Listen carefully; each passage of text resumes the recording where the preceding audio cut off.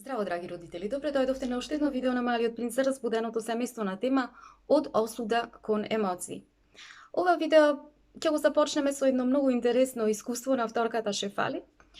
Тие со нејзината ќерка биле во еден летен коњанички камп, каде што на овој настан присуствувале голем број на родители да си ги гледаат своите деца, како ги прикажуваат своите таленти на годишното шоу за коњи, и децата при тоа во пар заедно со својот коњ радосно летувале околу коњите, седнувале на нив, ги тапкале, ги дотерувале и цело време да остварат една одредена комуникација со нив пред да биде настапот. И додека коњите требале да влезат во рингот, одеднаш се слушало еден силен излив на вознемиреност и авторката Шефали увидела дека станува збор за гласот на една нејзина другарка, за другарката на Маја, нејзината ќерка, која што им велела на своите родители: не сакам да го јавам овој коњ што ми е даден, сакам да учествувам со Рози, сакам само со Рози да учествувам на овој настан.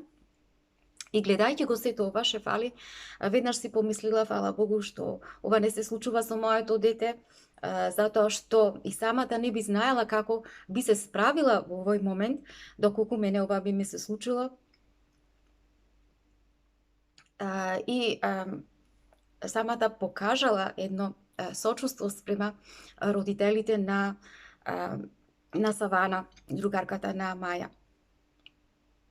И таа ги наблюдувала на родителите на Савана, кои што стоеле во тој момент околу нејзиното девојче со еден совршен емпатичен глас спрема неа, се обратиле спрема неа и рекле: слушни си, не разбираме ние дека се чувствуваш тажно затоа што не ти е даден твојот коњ Рози, ама дали можеме да се обидиме да најдеме некое друго решение? Меѓутоа девојчето веднаш ги прекинала незините протести, станале уште погласни и таа рекла: не можам јас со друг коњ, не сакам да учествувам на овој настан, сакам веднаш дома да си одиме. И тој во тој момент уште повеќе почнала да вреска и да се тери, што една цела група на деца наеднаш дошле во тој момент за да видат што се случува.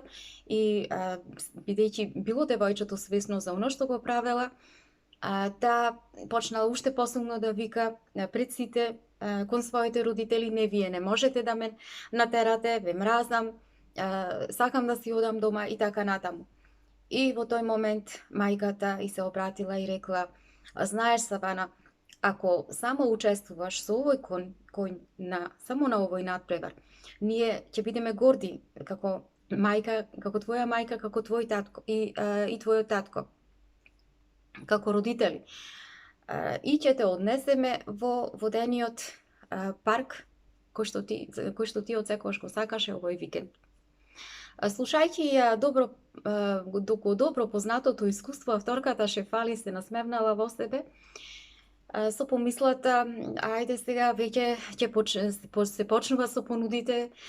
Во смисла на тоа и самата се прашувала колку понуди мајката и што ќе вети мајката на своето дете само за да може да го убеди своето дете да се качи на новиот коњ.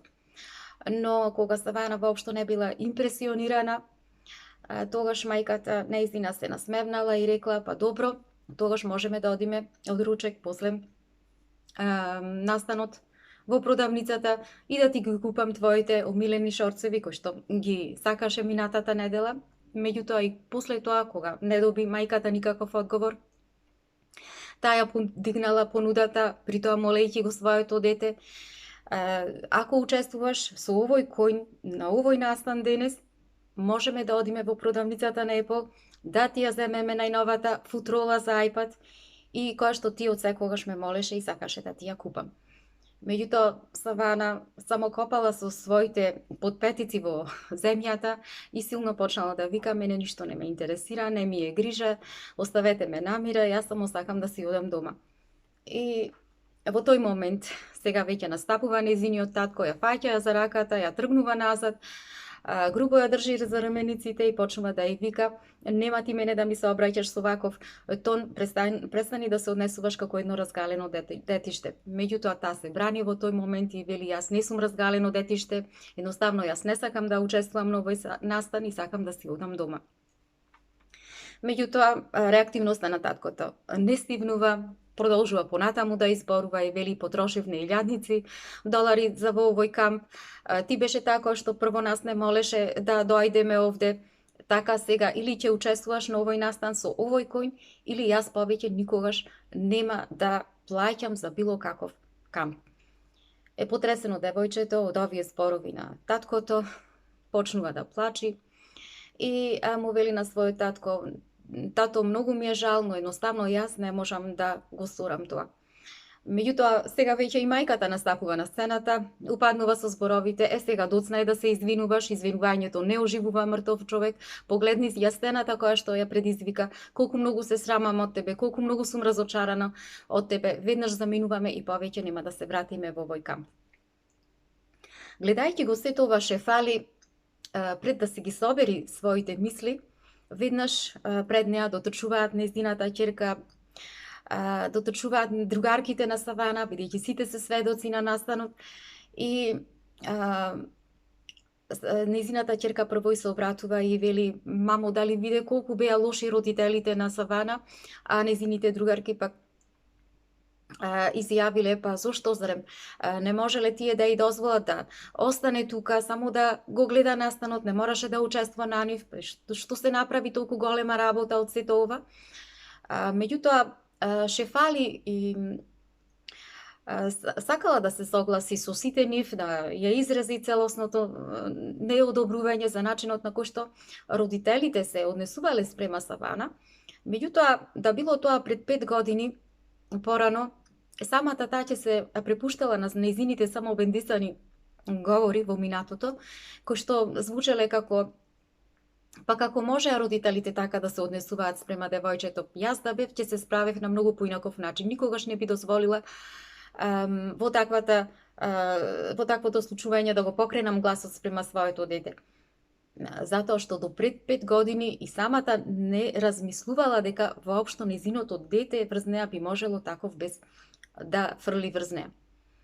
Но сега и самата свесна, гледајќи низ призмата на детските очи, најверојатно и таа би ги осудила родителите, затоа што нивното дете така постапило. Меѓутоа,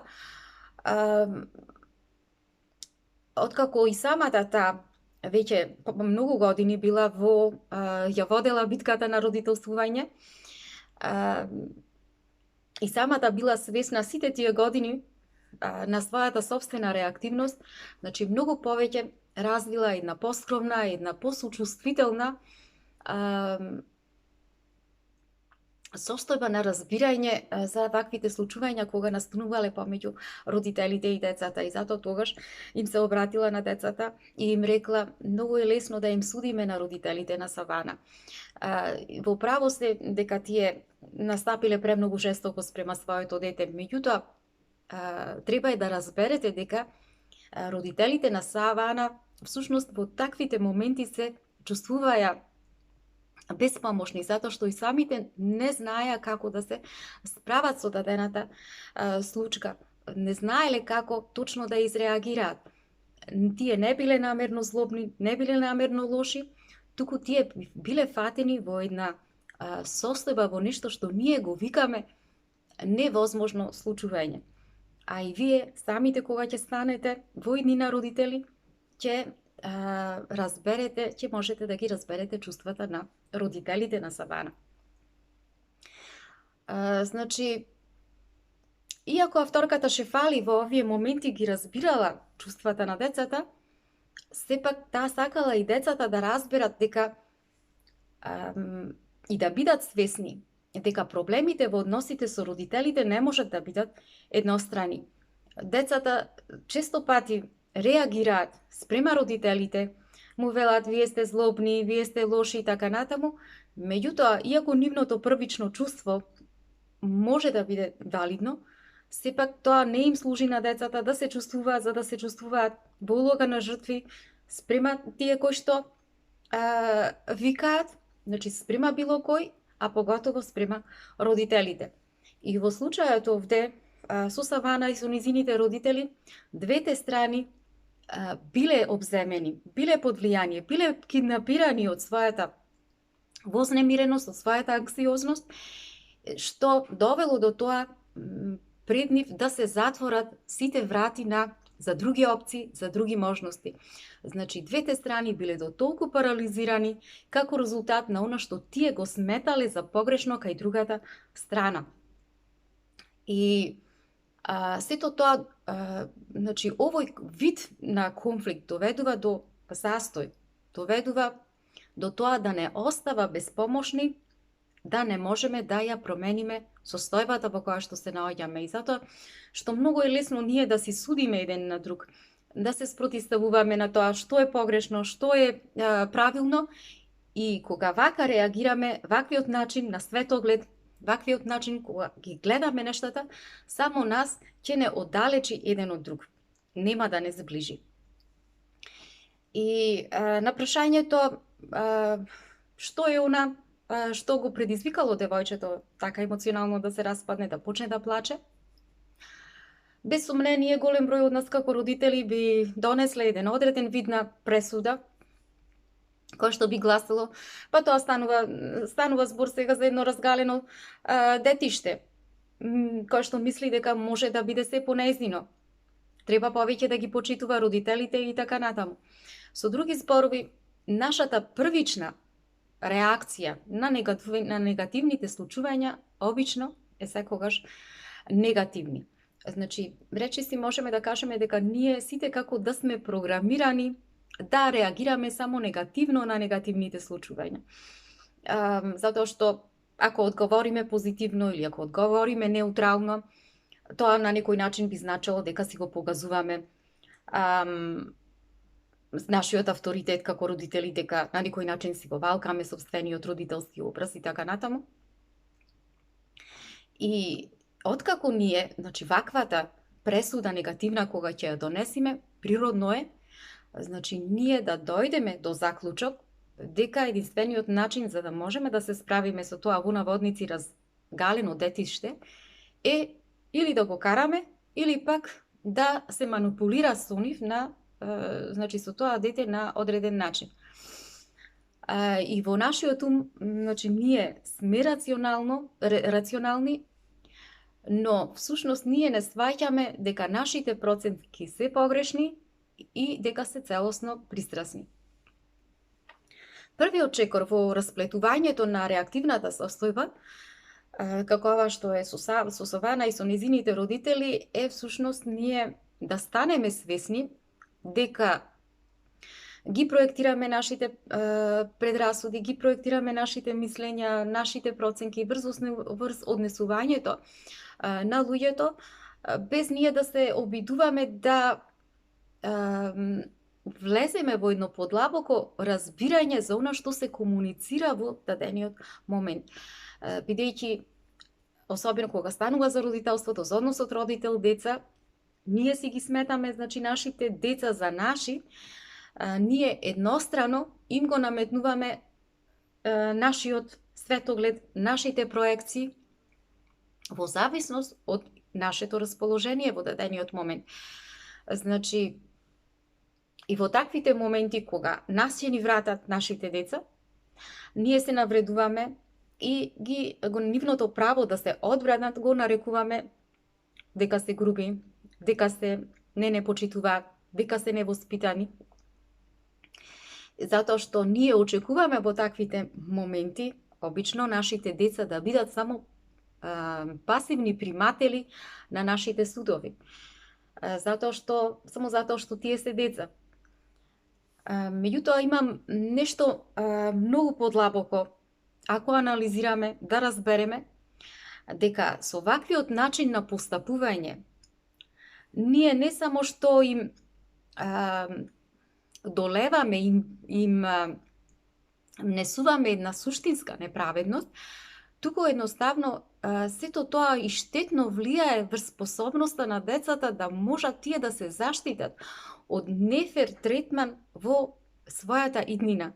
Што значи тоа? Тоа значи дека кога подосна ќе пораснат нашите деца, често пати ние како родители после тоа се прашуваме зошто моето дете дозволило, например, да биде малтретирано од одредени другари или другарки. Или пак, зошто моето дете си дозволило да влезе во навредливи односи на работното место, или зошто моето дете дозволило да влезе во несоодветни невредливи врски, било пријателски врски или пак партнерски врски. Драги мои, тоа би било се за ова видео. Се надевам дека ви се допадна. Имајте убав ден, се гледаме.